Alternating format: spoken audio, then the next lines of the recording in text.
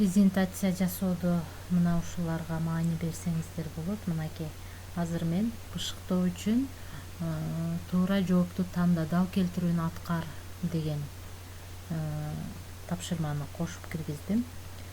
Андан кийин кыскача көрсөтүп кетейин. Ушул үйгө тапшырма бергенде эми аралыктан окутуу болуп жаткандыктан WhatsApp группасындагы пайдаланып атам, ошондуктан ушинтип жазып койдум.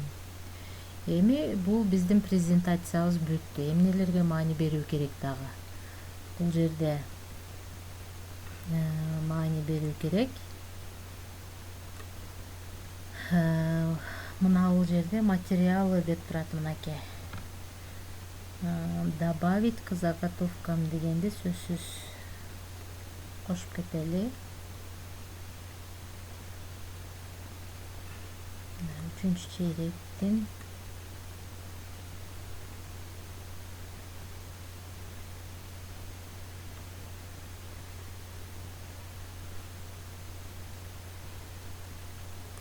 мына темага мындай келсин деп тандап коелу.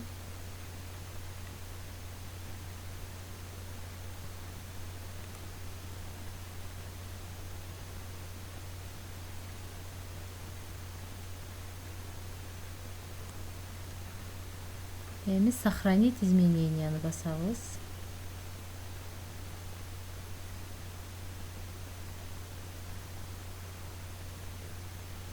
Готово.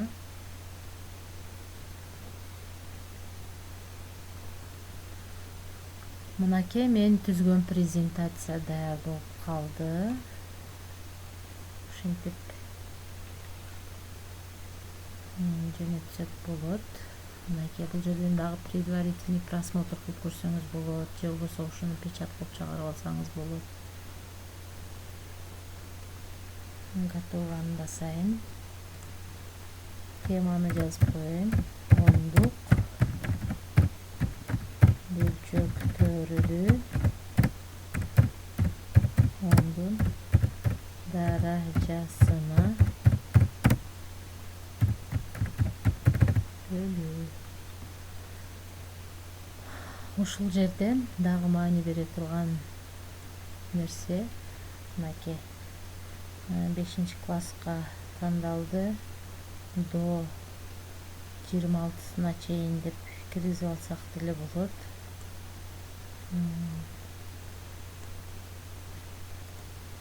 Же болбосо кийинки сабакка чейин деп тандап коеюн. Да, опубликовать для учащихся деп коеюн муну дагы.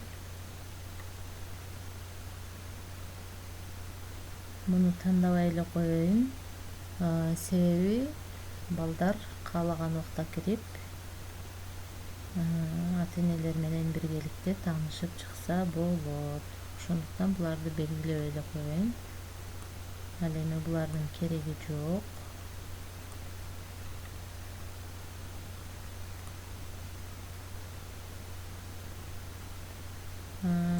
Тибини дагы тандап коеюн, только текстти тандап коеюн.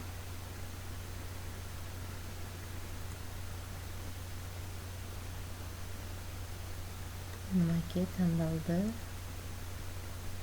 Презентациябыз даяр болуп калды.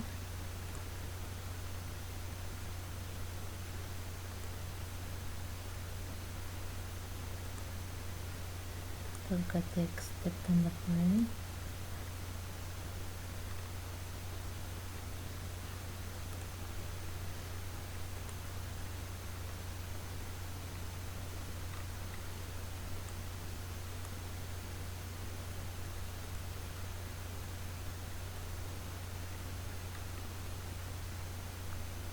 Мынакей даяр болуп калды. Эми готованы бассак.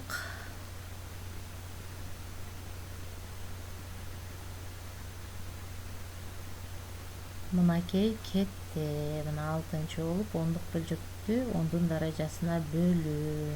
Мына мен опубликовать эттим. Кетти. Кийин результаттарды бул жерден көрүп алсам болот экен. Анда эмесе баардыгыңыздарга ийгилик каалаймын. өздөштүрүп кетесиздер деген ойдомун.